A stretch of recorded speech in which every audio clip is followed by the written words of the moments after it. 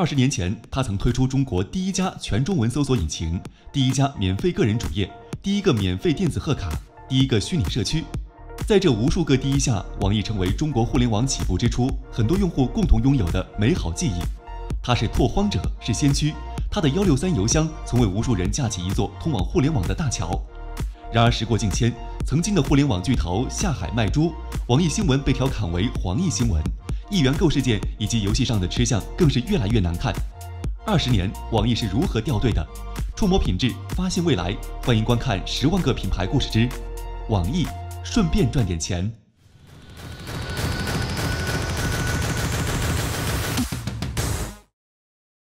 上大学那会儿，同学打开网易新闻，永远都是看一眼新闻标题，然后下拉到评论区，对着屏幕傻笑。对于不玩游戏的朋友来说，接触比较多的网易产品是163邮箱和网易云音乐。随着人们社交方式的变化，前者成为接收各种验证码和企业间沟通的工具，后者随着音乐版权的问题、评论区的骗赞煽情以及 QQ 音乐的发力，也没了当初刚问世时的火爆。电商领域，网易考拉、网易严选也一直不温不火。这是2017年的网易财报，和腾讯一样，最赚钱的都是游戏部门。从梦幻西游到天下3，从代理魔兽世界到转战移动领域，推出阴阳师、决战平安京、荒野行动等手游。我们承认网易游戏的确有优秀的部分，但是最近几年和腾讯的充钱使你快乐这种光明正大的割韭菜相比，网易游戏一边宣传自己热爱游戏，一边又在不断的打自己的脸，也是遭到了玩家们的疯狂吐槽。2018年10月，网易旗下大型多人在线网游《逆水寒》上线，声称会呼吸的网游。然而部分玩家进游戏后彻底傻了，即使风景做得再好看，画面的严重掉帧也难免让用户失望。包括前段时间网易新推出的手游《第5人格》，细心的朋友会发现游戏中的人物建模和环境设定与《黎明杀机》惊人的相似。虽然玩法不存在抄袭这一说，但网易自称是热爱游戏的公司，却总是拿出这种看不到诚意的作品，实在是让人感到失望。不过纵观市场，这也并不是网易一家的问题。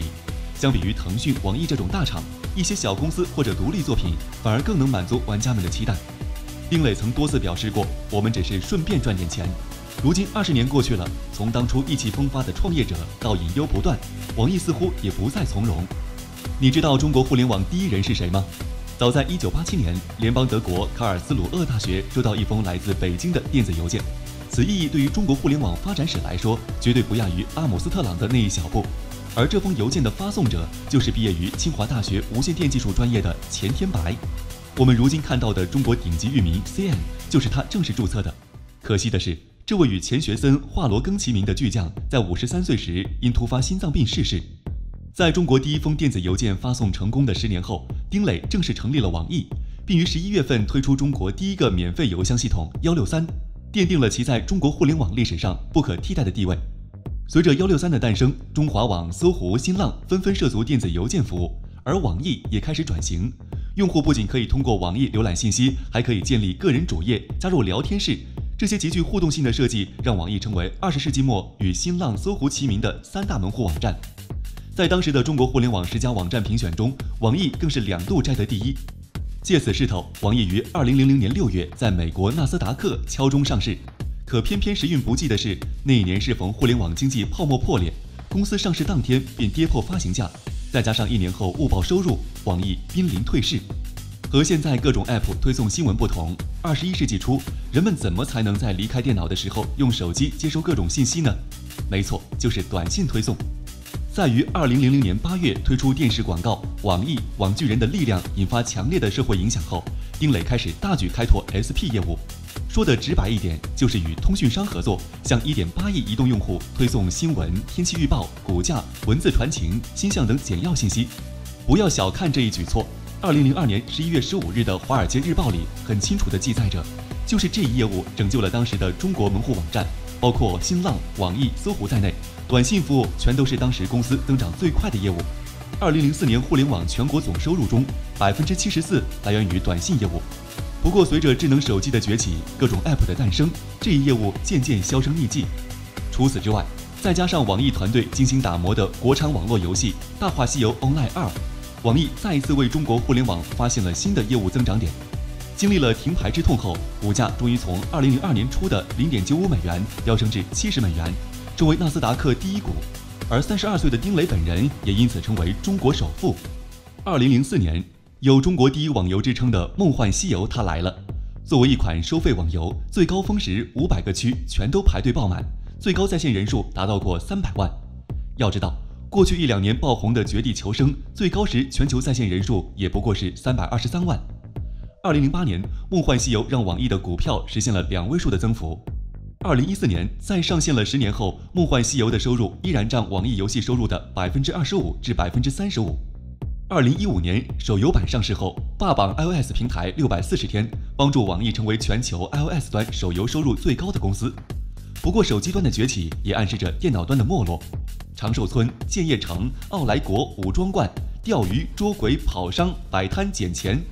在给网易带来了巨额收入外，说它承载着一代人的青春也绝不为过。2007年，持续了多年的邮箱大战以网易坚持免费服务成为行业领导者宣告结束。年底，网易自主研发的有道系列产品陆续面世。凭借着《梦幻西游》在游戏圈掀起的波澜，2008年，声势浩大的网易游戏成为暴雪中国代理商。《星际争霸2》、《魔兽世界》、《炉石传说》、《守望先锋》等游戏都在国内刮起了一阵又一阵热潮。2009年，头顶中国3大门户、游戏大厂名头的网易突然宣布要去养猪，跨界行为引发舆论轰动。4年，网易践行新闻专业主义，在华南虎、汶川地震等报道中展现了网易新闻的态度。2011年，有态度的网易新闻 App 上线，数独、人间等栏目都相当不错。这3足当道的时代，当时的网易新闻可以说是行业里的一股清流，或者说和百度、金山、360、腾讯等公司的风评相比，网易的负面评价应该是最少的。同年5月，在大多数人们选择抛弃纸质书、选择碎片化阅读的时代，网易云阅读上线。2013年，网易云音乐的出现改变了很多人的听歌习惯，那就是在听到一首好听的或者熟悉的歌后，都会下意识地点开歌曲下面的评论区，看看别人分享的段子、人生感悟和独特经历。虽然这其中不乏很多编出来的故事，但是凭借着出色的云村这一概念以及精准的音乐推荐，网易云音乐的用户量在上线4年后就达到3亿，口碑也力压腾讯。此后，网易在社交领域推出易信，在电商领域推出网易考拉、网易严选。但是奈何微信、淘宝一手遮天，妄图撼动这2位绝对大佬的地位，网易还是欠缺了很多东西。也就是在这个时间点上，2015年，网易开始将工作重心偏移到手游领域，并一度凭借《梦幻西游》的 IP 超越腾讯，成为国内手游市场的领头羊。再加上2016年引发全民热议的《阴阳师》，网易游戏在市场可谓风生水起。同年年底，网易养猪事业有了结果，正式推出黑猪肉产品。自2016年12月，网易黑猪肉在网易严选上线以来，2017年9月17日，网易旗下的农业品牌网易未央和实体咖啡馆一间在广州推出创新料理安心黑猪堡。至此，网易铁粉已经可以坐在网易旗下的实体咖啡馆里，在玩累了手游后，打开网易云音乐，一边听着这首《我叫朱小花》，一边享用网易自己的汉堡。尽管养猪这事儿今天来说仍然觉得很荒诞，但丁磊表示自己是认真的。据统计，中国每年要消耗6亿头猪，而且互联网企业搞农副产品，其实在业界并不是什么奇葩新闻。要知道，柳传志卖过桃子，刘强东种过大米，更狠的是，京东在2017年做过一款跑步机。是的，的确是鸡肉的鸡。看到鸡腿上这个计步器了吗？当数字超过100万，京东就会以3倍价格收购农户的散养走地鸡。那么有人可能要问了，网易做这些农副产品赚钱吗？其实，在赚钱之前，大家不妨关心一下另一个问题：做这些事业的钱是从哪来的？换句话说，网易最赚钱的是什么部门？现在知道自己在阴阳师里疯狂充值抽 SSR 的时候，那些钱都跑到哪里去了吧？我们都知道，腾讯的很多游戏需要充值才能更快乐，但是这几年的网易游戏却在氪金上比腾讯更过分。说白了，腾讯游戏花钱还能找到快乐，但是在网易的一些手游里，如果你的肝不好还不花钱，对不起，那你就是弟弟。更过分的是，有时候不管你花多少钱，你都是弟弟。所以在某种程度上，我们也可以说，网易重新定义了公平这个词的含义。一直标榜自己是真正热爱游戏的网易，除了之前提到过的《梦幻西游》、《阴阳师》这种代表作，他对游戏的热爱又体现在哪里呢？在腾讯都忙着买版权、忙着一改坑钱这一标签的时候，曾经的业界清流网易，如今的所作所为，都似乎在帮助前者完成洗白。这么一看，颇有某流量明星的横空出世，间接洗白了之前某流量明星的感觉。网易本身总是透露着一种遗世而独立的气质，你看不到他想要在某个领域成为老大的野心，他也不搞什么收购合并。丁磊平时行事低调，他总说赚钱是顺带做的事儿。但其实，如果你看过2015年各大互联网公司的财政状况，网易的现金流高达200亿，是除了 BAT 外最赚钱的公司。从当初的3大门户网站之一，各种好用、免费，甚至连三俗类、大尺寸的广告都没见过的服务，专业的新闻报道，良心的游戏研发，到如今各大业务中能拿得出手的只有业绩好看但口碑尽失的手游。网易在20年里登上过巅峰，但也快速的衰退。如今人们疯狂的吐槽阿里、腾讯，对头条侃侃而谈，而网易呢，除了玩家们的抱怨，其余业务几乎都已经到了连骂的人都越来越少的状态。虽然在当初的3大门户网站中，它的市值仍有300多亿美元，而搜狐和新浪不过是网易的零头，但是网易在人们生活中的边缘化，也的确是很多人能够切实感受到的。对于一个不怎么玩手机游戏的人来说，网易云阅读和网易云音乐是我唯二能够接触到的网易产品。曾经的 BAT 3巨头在头条的攻势下，百度已经众里寻他找不到了。2018年第4季度财报中，网易电商业务收入66.8亿元，占当季总营收的33.66%，毛利率4.5%。虽然网易电商在整个业务结构中的比重越来越大，但利润却少得可怜。网易靠着游戏这碗饭，究竟能够吃多久呢？或者换句话说，在这个移动时代已经掉队的网易，在手持170亿美元的路口，将走向何处呢？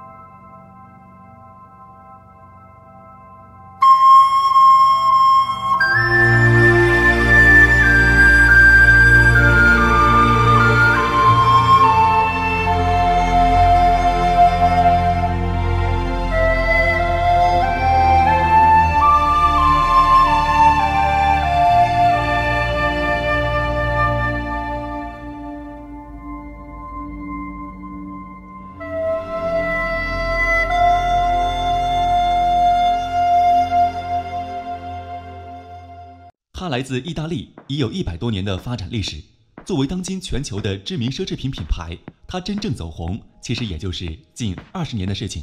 它是谁？欲知详情，敬请关注下期节目。